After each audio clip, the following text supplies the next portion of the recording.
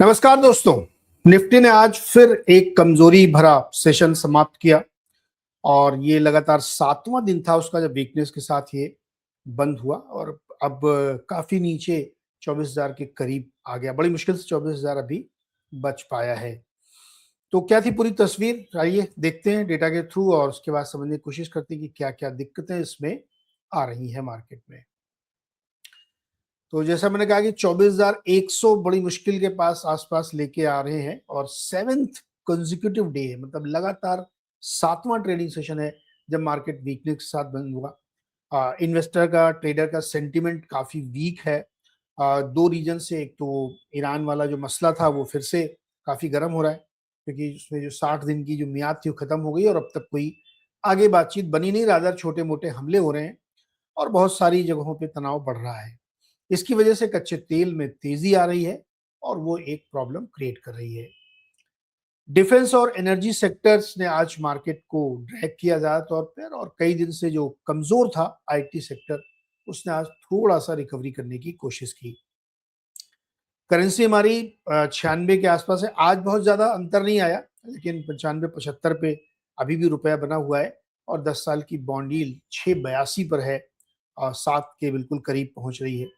दुनिया भर में बॉन्ड यील्ड आपने देखा ही है, काफी ऊपर गई, तो भारत का भी उस पर असर है और कच्चा तेल अब 92 के ऊपर पहुंच गया है। स्लोली स्लोली जा रहा है लेकिन 92 के ऊपर चला गया है क्योंकि जो तनाव है खाड़ी में वो कम होता हुआ नहीं दिख रहा है।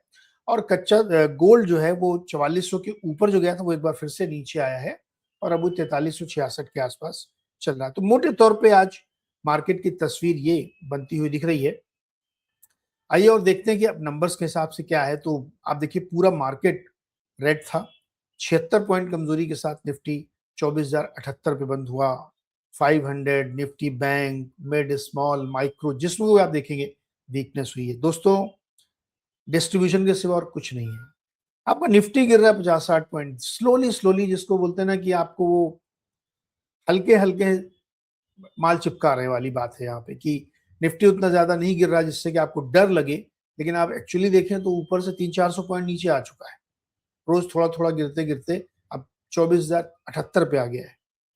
24,000 भी टूट सकता है इसी हफ्ते, अगर यही रफ्तार रही तो कल परसों में टूट ही जाएगा। लेकिन जो छोटे मझोले शेयर थे जो अब तक सपोर्ट कर रहे थे इंडेक्स नहीं चलने के बावजूद, वहां पे भी अब थोड़ा सा प्रॉफिट बुकिंग का प्रेशर हम लोग देख रहे हैं और वो हीट मैप में या नंबर्स में साफ देखने को मिलता है। विक्स में कोई खास परिवर्तन नहीं है, उसी के आसपास है। इंटरडे निफ्टी और 5 डे चार्ट, 5 डे चार्ट आप देखिए एकदम अब तो क्लियर कट इसमें दिख रहा है कि एकदम नीचे नीचे जा रहा है।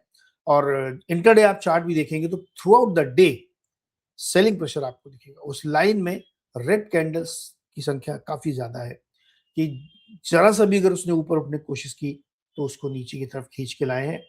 क्लियर सेलिंग प्रेशर दिख रहा है और वही सेलिंग प्रेशर आपको बैंक में भी दिखेगा। लगातार वहां पे भी दबाव है।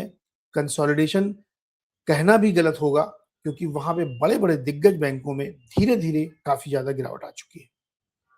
तो बिग इंडेक्स की जो पिक्चर बन रही है, चाहे वो बैंक निफ्टी की हो या निफ्टी की हो, इवन 500 को भी आप देखेंगे तो वहां पे क्लियर कट सेलिंग प्रेशर है। इन्वेस्टर कंफ्यूज है, ट्रेडर को समझ में नहीं आ रहा कि ऑप्शन में पैसा बने तो कैसे बने, ऑप्शन में तो नुकसान ही नुकसान हो रहा है। तो ये एक बड़ी प्रॉब्लमेटिक और स्थिति बनती हुई यहाँ पे दिख रही है। कंट्रीब्यूशन के तौर पे आप देखेंगे तो आज जो दो तीन स्टॉक हाईलाइट में आनी चाहिए वो ड्रैगर साइड में रिलायंस, आईसीआईसी बैंक और एचडीएफसी बैंक है। एचडीएफसी बैंक तो भाई अब तो मतलब इसके लिए कुछ महामृत्युंजय जाप कराना पड़ेगा लग रहा है, तो रुक ही नहीं रहा है, मतलब रोज गिरता है। आईटी में थोड़ा सा अच्छा माहौल बना तो आप देखिए एचसीएल टेक, टीसीएस, इन्फोसिस, तीनों दिग्गज थोड़े से सपोर्टिव थे तो इसलिए आपको हरियाली दिख रही है। हालांकि 2-3 दिन काफी गिर चुके थे तो आज technical bounce, dead cat bounce, अलग अलग नाम से बुलाते हो कह सकते हैं। लेकिन जो रियल में बड़े हैवी वेट है, RIL, ICICI bank, HDFC bank, ये कमजोरी के साथ आज भी बंद हुए। तो कल भी हमने आपको 3 हिट मैप दिखाए थे, आज फिर से आपको दिखा रहा हूं। अब ये आपके सामने निफ्टी का हीट मैप है। आपके सामने तस्वीर में कोई कंफ्यूजन नहीं होना चाहिए कि किस तरीके से लालिमा छाई हुई है और वीकनेस दिख रही है। 500 का देखेंगे तो वहां पे भी आपको या तो ग्रे दिख रहा है या पिंक दिख रहा है, ग्रीन बहुत कम दिख रहे हैं। और ये एकदम क्लासिकल डिस्ट्रीब्यूशन पैटर्न है। मैं बार बार इस बात को कह रहा हूं और मैं चाहता हूं कि मैं गलत हो जाऊं, मार्केट कल को पलट जाए, लेकिन जो दिख रहा मैं वो बोलूंगा जरूर। ये क्लासिकल डिस्ट्रीब्यूशन पैटर्न है। आप इस बात का ध्यान रखिएगा और इससे अगला चार्ट आप देखेंगे, ये ऑल कंपनीज का हीट मैप है। इसको देख के कोई शक और गुंजाइश रह ही नहीं जाती है कि ये ऑल डिस्ट्रीब्यूशन पैटर्न के ही चार्ट हैं जहां पे माल ऊपर से छोड़ा जा रहा है। आज मैंने खबर पढ़ी, बड़ी मजेदार थी कि 2 लाख करोड़ के आईपीओ लाइंड अप है। खबरें ये आ रही हैं कि एनएससी का आईपीओ हाईली लाइकली है कि सितंबर में आएगा।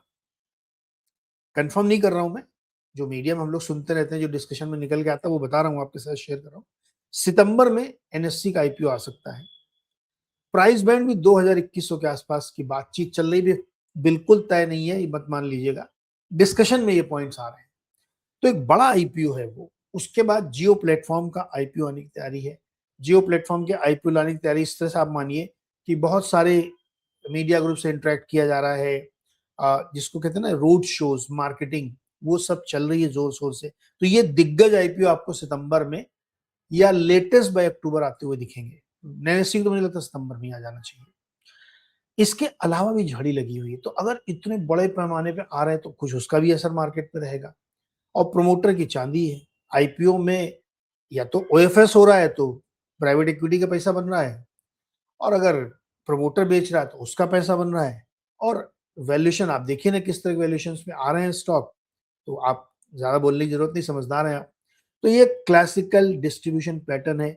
ओएफएस, क्यूआईपी, झड़ी लगी हुई है।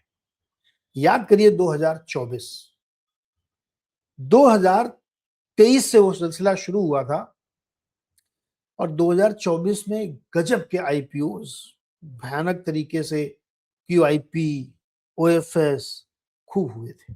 सब अपना पैसा लेके किनारे हो गए थे। अब चूंकि मार्केट फिर से 24,000 के ऊपर ही सस्टेन करने की कोशिश कर रहा है, पेशेंस लोगों का लूज हो रहा है, 2 साल हो गए पैसे नहीं बने, तो चलो भाई कर ही लेते हैं। This is happening. खैर वो कल सुबह की चर्चा है। आप एडवांस डिक्लाइन आप देखिए, बुरा है, काफी बुरा एडवांस डिक्लाइन है, कोई इसमें राहत की सांस नहीं है। ये एनएससी का नंबर दोस्तों, ये ध्यान रखिएगा, जो 1320 और 2173 है, दिस एनएससी नंबर ओनली। और आप सारे इंडाइसेस में देखिए तो आपको वीकनेस देखने को मिलेगी। गेनर में आज केवल एक सेक्टर था, आईटी, ओनली सेक्टर आईटी। बाकी आप देखिए energy, media, FMCG, financial services, auto, pharma, real estate, सब कमजोर, सब में लालम लाल। और क्या प्रमाण आपको चाहिए। चलिए अब देखिए चार्ट। आरआईएल 0.8%, लगभग 1% गिर के 1311 पे बंद हुआ है। लेकिन उससे ज्यादा बुरा आईसीसी बैंक है, जो 0.7% गिर के अब 1400 पे आ गया है। और इससे भी बुरा आपको देखना है तो ये देखो भाई, 720 रोज गिर रहा है दोस्तों, रोज। क्या बोले इसके बारे में, मैं तो कह रहा हूँ कि इनको कोई पूजा करवानी चाहिए कि प्रभु ऐसा क्या गलती हो गई है कि पिटाई पे पिटाई चल रही है और निवेशक मेरे दोस्त लोग सब दुखी हैं। तो कोई इसमें मेरे ख्याल में ज्योतिषी की मदद लेके पंडित जी से कोई पूजा करानी चाहिए, क्योंकि इसकी हालत अब वैसी होती जा रही है। खैर अब अदर एसेट क्लासेस में आते हैं, तो अदर एसेट क्लास में आप देखेंगे गोल्ड 4300 के आसपास चल रहा, सिल्वर 65 से 66 से रादर 63 पे आ गई है। क्रूड अब 92 के आसपास है। That's problem. 92 पे सस्टेन भी कर रहा है ना, तो ये चिंता होनी चाहिए। और बॉन्ड यील्ड भी 6.82 कम नहीं होती है, क्लोज टू 7% है। तो अच्छा, जैसे जैसे यूएस की बॉन्ड यील्ड बढ़ेगी आपकी भी बढ़ेगी, बढ़ना ही है उसको। और अब पता नहीं रेट हाइक होगी कि नहीं होगी, कहना बड़ा मुश्किल है। तमाम सारी ये चीजें चल रही हैं, तो मुझे लगता है कि उसको थोड़ा सा ध्यान में रखा जा सकता है। तो अगर आप इस मार्केट की पूरी कमेंट्री को समझें, जो मैं आपको बताने की कोशिश कर रहा हूं, कि मार्केट पूरी तरीके से ये इशारा कर रहा है, ये साफ दिखा रहा है कि भैया मार्केट में थोड़ा डिस्ट्रीब्यूशन चल रहा है और हमें उसको थोड़ा सा ध्यान से समझना चाहिए। क्योंकि अगर ये गड़बड़ हुआ तो मुझे लगता है कि मुश्किल हो सकती है। तो इसमें एक तो ये सबसे बड़ी चीज है। दूसरा, मार्केट क्यों कंफ्यूज है इतना, क्योंकि मार्केट को किसी भी प्रकार की कोई बड़ी ट्रिगर नहीं दिख रही है, या जिससे कि ये कहा जाए कि चलो भैया मार्केट अब एक ट्रिगर जो उसको इंतजार था वो मिल गया है, इसलिए वो मार्केट चलता हुआ यहाँ पे दिख रहा है, वो भी नहीं दिख रहा साहब। तो जब अगर ये परिस्थिति बनेगी तो मुझे लगता है कि मार्केट में दबाव देखने को मिलेगा। तो यही वजह है कि बड़े इन्वेस्टर हों या छोटे इन्वेस्टर हों, उनको भी ये कन्फ्यूजन है, ये समझ में नहीं आ रहा कि कैसे इस मार्केट को डील किया जाए।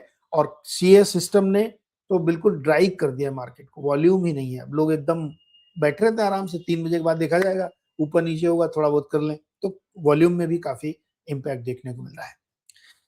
दोस्तों, हमने आज एक शो भी किया था, वो भी आपको दिखा देते हैं कि वो शो जो है वो ये है।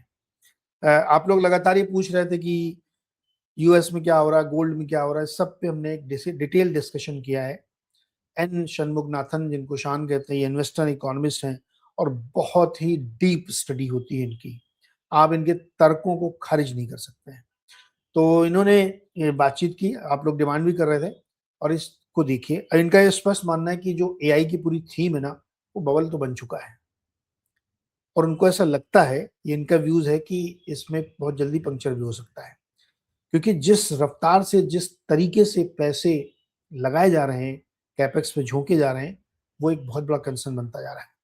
और केविन वॉश के पास ऑप्शन जो बचे हैं कि या तो रेट हाइक करिए या शांत बैठे रखिए, दोनों ही परिस्थिति में यूएस प्रॉब्लम में आएगा। अगर आप रेट हाइक करते हैं तो मार्केट गिरेगा, एसेट गिरेंगे, और अगर आप रेट हाइक नहीं करते हैं तो करेंसी के इश्यू खड़े हो जाएंगे, आपका डॉलर बहुत वीक हो जाएगा, परचेजिंग पावर गिर जाएगी। तो ये एक सिनेरियो बनता दिख रहा है। तो इस शो को देखिएगा, अपने कमेंट करके हमें बताइएगा। शो ऑनलाइन है, इस समय देख सकते हैं आप आराम से, और इसको देखिएगा, समझिएगा। अंग्रेजी में बोलते ही है, लेकिन हमने उसका हिंदी ट्रांसलेशन कर दिया है उसी समय, देन एंड देयर, कि जो कुछ बोला उसको हमने हिंदी में भी समझा दिया है। कोई दिक्कत नहीं होगी आपको। शो को देखिएगा, कमेंट करके हमें बताइए कि आपको ये शो कैसा लगा। थैंक यू सो मच दोस्तों। फिलहाल इवनिंग रिपोर्ट यहीं पे समाप्त करते हैं, कल सुबह मिलेंगे 6:55 पे, तब तक के लिए बहुत बहुत शुक्रिया।